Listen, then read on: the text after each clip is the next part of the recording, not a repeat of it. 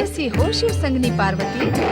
तुम कहो या मैं, इससे कोई अंतर नहीं पड़ता पार्वती, क्योंकि तुम मेरा ही प्रतिरूप हो। मैं कभी तुम्हारे अंतर में रहती हूँ, कभी बाहर आ जाती हूँ। फिर भी तुमसे एक लंबे समय के पश्चात भेंट हुई है। मुझसे तुम्हारी भेंट एक लंबे समय के पश्चात हुई होगी, किंतु तुमसे मेरी भेंट प्रतिपल प्रति क्षण होती रहती है। शक्ति, कभी कभी तुम पहेली की भाषा में बात करती हो, समझना कठिन हो जाता है। पहले तुम ये बताओ, इस समय अचानक तुम्हारे यहाँ प्रकट होने का प्रयोजन क्या है?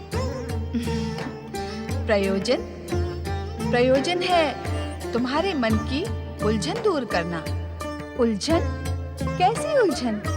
ज्ञान होने पर भी अज्ञानी न बनो देवी। जब से तुमने तारा की दुर्दशा देखी है, तुम्हारा मन क्षोभ से आकुल व्याकुल हुआ जा रहा है। तुम समझ नहीं पा रही हो तुम्हें क्या करना आवश्यक है। ऐसी तो कोई बात नहीं है। ऐसे आश्चर्य होकर क्या देख रही हो? जब तुम उलझन से क्षुब्ध हो, तब तुम्हारे मन के क्षोभ को दूर करने के लिए प्रसन्न और हर्षित होना मेरा धर्म है। और वो लोग त्रुटि करते हैं जो मुझ शक्ति को भयानक और विनाशक समझते हैं, अकारण ही मुझसे भयभीत होते रहते हैं। परंतु वे नहीं जानते कि प्रसन्न और हर्षित होना भी मेरे स्वभाव का अंग है। मुझे ज्ञात है तो ये निराशा, उलझन और क्षोभ क्यों? अपनी इच्छा के अनुरूप कार्य करो। इच्छा के अनुरूप ही तो मैं कार्य करती हूँ। इच्छा के विरुद्ध कार्य करने के लिए भला मुझे कौन विवश कर सकता है? क्या आज तुम अपनी इच्छा से अपने स्वामी के साथ गगन विहार के लिए गई थी? हाँ, गगन विहार करना मुझे प्रिय है, मानती हूँ। गगन विहार करना तुम्हें प्रिय है, परंतु आज तुम्हें अपने स्वामी की इच्छा के आगे झुकना पड़ा। वे तुम्हें तारा के पास अपनी इच्छा से ही ले गए थे और चंद्र के पास भी ले गए थे, ये दिखाने के लिए कि वे जानकर भी अनाचारी चंद्र को अपने माथे पर बिठा सकते हैं। क्या उस समय तुम्हें क्षोभ नहीं हुआ? हुआ तो था, परंतु क्या कर सकती थी? स्वामी को, चंद्र को दिया अपना वचन निभाना था और तुम्हें अपने स्वामी का साथ निभाना था। क्यों? हाँ, स्वामी का साथ निभाना मेरा धर्म है, मेरा कर्तव्य है। धर्म और कर्तव्य के नाम पर अपनी इच्छाओं को त्याग दोगी? कैसी इच्छा? तुम स्वयं शक्ति स्वरूपिणी हो पार्वती, मेरा प्रतिरूप हो। तुम बिना इच्छा के कोई कार्य करो, ये तुम्हारे लिए शोभनीय नहीं है। अपनी इच्छा पर तुम सारे संसार को झुका सकती हो, फिर कोई भी कार्य बिना इच्छा के करना उचित नहीं है। हाँ, तुम सत्य कह रही हो शक्ति। मेरे लिए बिना इच्छा के कार्य करना उचित नहीं है, और जो इच्छा हो उसे निसंकोच प्रकट करना ही उचित होगा। पार्वती, इन बातों में तुम उस क्षोभ की बात क्यों टाल गई जो पुरुष जाति के प्रति तुम्हारे मन में उत्पन्न हुआ है? समझ में नहीं आ रहा। उस क्षोभ को मैं कैसे प्रकट करूं? मेरे स्वामी कोई साधारण पुरुष नहीं है, वे देवों के देव महादेव हैं। एक साधारण पुरुष के समान मैं अपने स्वामी के प्रति अनादर प्रकट नहीं कर सकती, और दूसरे पुरुषों के साथ मेरा संबंध ही क्या है? संबंध क्यों नहीं है?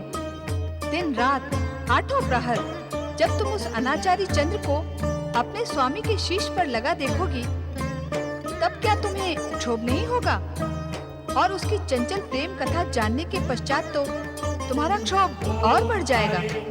शक्ति, इस समय मैं कुछ सोचने की स्थिति में नहीं हूँ। तुम्हारा परामर्श जानने के पश्चात ही मैं निर्णय कर पाऊंगी।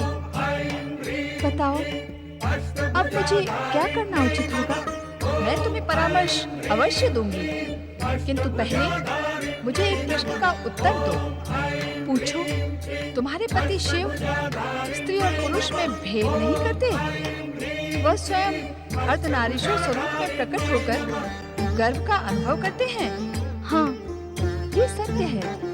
भोलेनाथ से आज तक मेरे नारीत्व की उपेक्षा कभी हुई नहीं है, किंतु भोलेनाथ की सृष्टि में एक भी पुरुष स्त्री को अपने समकक्ष मानता है?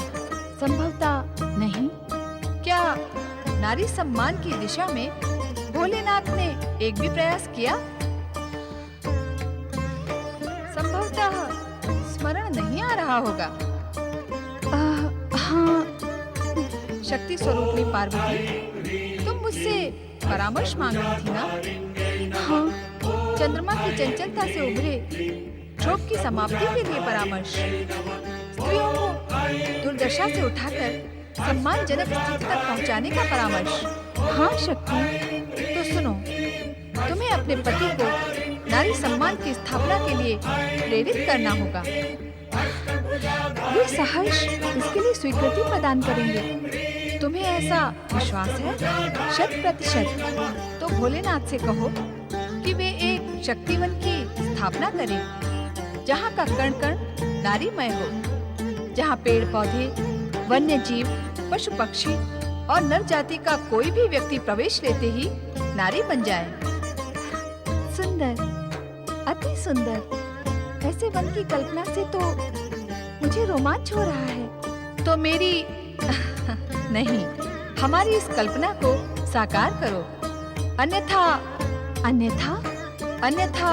वह दिन दूर नहीं जब नारी पददलन और अत्याचारों से पीड़ित होकर स्वयं अपना प्रतिशोध लेने के लिए खड़ी हो जाएगी। प्रतिशोध?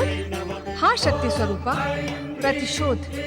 क्योंकि किसी को भी एक सीमा तक ही दबाया जा सकता है, उसके बाद विस्फोट होता है, भयंकर विस्फोट।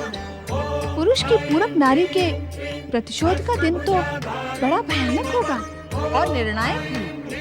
उस दिन संभव है गर्भधारिणी नारी पुरुष को गर्भधारण के लिए मना कर दे। तब अपने को सर्वशक्तिमान समझने वाले पुरुष का क्या होगा? नहीं शक्ति, संसार को ऐसी विस्फोटक और विषम स्थिति से बचाने के लिए मैं अवश्य ही शक्तिवन की स्थापना करवाकर नारी सम्मान भावना की स्थापना करूंगी। तुम अपने प्रयास में सफल हो पार्वती।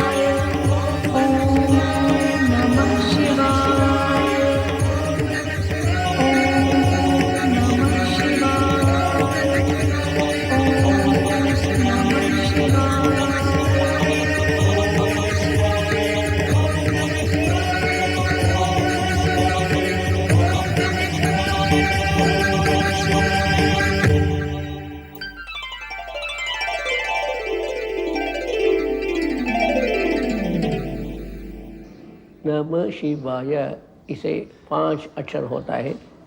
उसका पूर्ण रूप होने के लिए ओम मिलकर के ओम नमः शिवाय बोलता है। एक एक अक्षर का एक एक महिमा है। पंच इंद्रिय है, ज्ञानेन्द्रिय, कर्मेंद्रिय, पंच प्राण है। इस पंचेंद्रिय से एक एक इंद्रियों से गंधा भी काम हो रहा है। वो गंदा काम निकलने के लिए एक एक अक्षर का महिमा कहा है। न बोलने से आंखों से यह किया वो दोष खत्म होता है। म बोलने से खानों से जो दोष हुआ वो खत्म होता है। शी होने से मुख से जो बोलेंगे वो खत्म होता है।